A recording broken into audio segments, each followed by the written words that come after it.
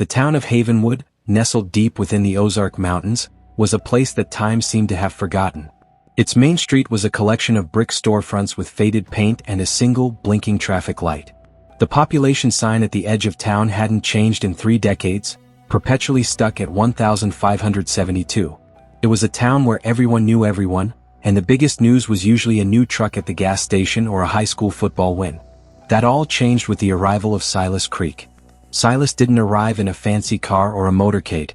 He arrived on a cool October morning in a beat-up pickup truck, its bed loaded with nothing but a few tools and a sleeping bag. He was a tall man with a gentle face, a salt and pepper beard, and eyes that held a peculiar mix of sorrow and serenity. He bought the old abandoned church on the outskirts of town, the one people said was haunted and had been empty for 20 years. No one questioned him, they were just happy to see the old place get some use. He called his new community the Sanctuary of Light, and began to hold open services. His sermons weren't like anything the town had ever heard. Instead of fire and brimstone, he spoke of finding inner peace, of shedding the anxieties of the modern world, and of living a life free from the constraints of fear. He spoke of the Great Awakening, a spiritual rebirth that would cleanse the soul and prepare a select few for a new, purer existence.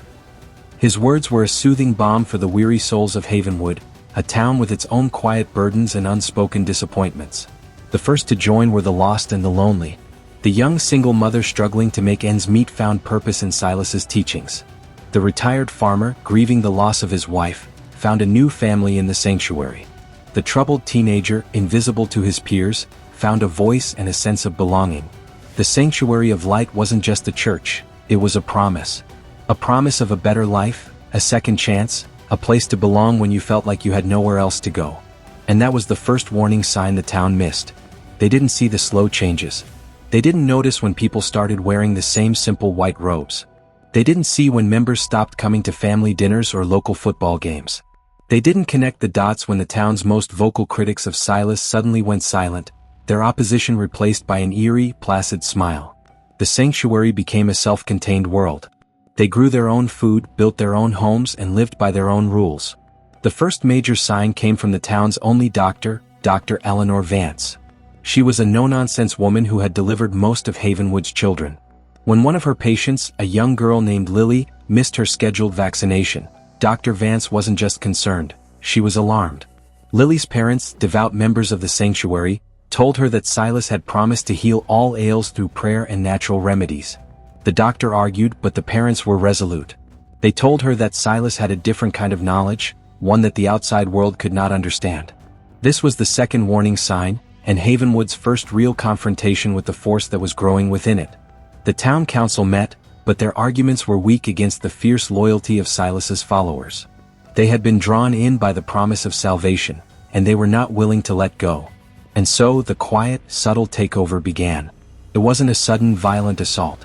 It was a slow, deliberate erosion of control. Silas and his followers, now a formidable and unified bloc, began to influence local politics. They attended every town meeting, speaking in unison, their voices calm but firm. The mayor, a man who had held the office for over 20 years, found himself facing opposition at every turn. He couldn't understand it. These were his neighbors, the people he had grown up with.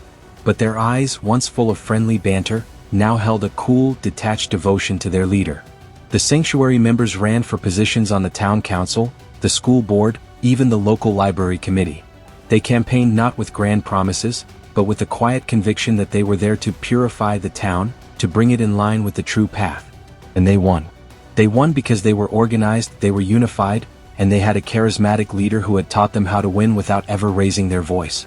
Havenwood was now ruled by the very people who had once been on its fringes. The town's residents, now a minority in their own home, watched in stunned silence as their world was remade.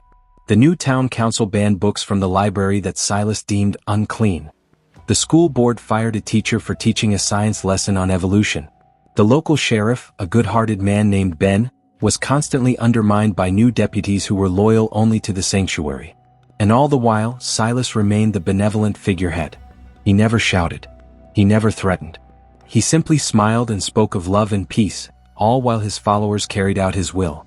The town was no longer Havenwood. It was the sanctuary. And for the first time, people started to get scared. They realized that the freedom they had taken for granted was gone. The charm of the simple life had been replaced by a chilling uniformity. But it was what was happening within the walls of the sanctuary that was the most terrifying of all. Inside, the promises of peace had given way to something far more sinister. The followers' devotion to Silas was now being tested. They were told to give up their worldly possessions, their savings, their land. Their days were filled with hard labor and endless hours of purification, a process that was little more than sleep deprivation and psychological manipulation. Families were separated. Children were raised in communal dormitories, taught to love Silas more than their own parents. Doubters were subjected to spiritual cleansing, a torturous process designed to break their will and force them back into line. The sanctuary of light was no longer a place of peace, but a prison of the mind. One day, a young man named Ethan, who had joined the sanctuary to escape a life of addiction, fled. He ran through the woods for a full night, reaching the town in a state of frantic terror. He went straight to the police station and found Sheriff Ben, his face pale and tear-streaked. He told Ben about the abuse, the fear, the control. He spoke of the cleansing rituals and the disappearances. He told the sheriff that people who questioned Silas simply vanished. Sheriff Ben listened with a growing sense of horror. He had seen the changes in his town, but he had dismissed it as a difference in beliefs. He had never imagined this. Ethan's story was a wake-up call, a splash of cold water in the face of a town that had been in a collective trance. The sheriff knew he couldn't take on the sanctuary alone. He had to act quickly before Silas discovered Ethan was gone. He contacted the FBI, but they told him they needed more evidence. The sanctuary was a private community, and without a clear crime, they couldn't intervene. Ben knew he was on his own. He had to convince his town to fight back, to reclaim their home from the very people they had welcomed in. It was time for Havenwood to wake up. And it was going to be a brutal, bloody awakening.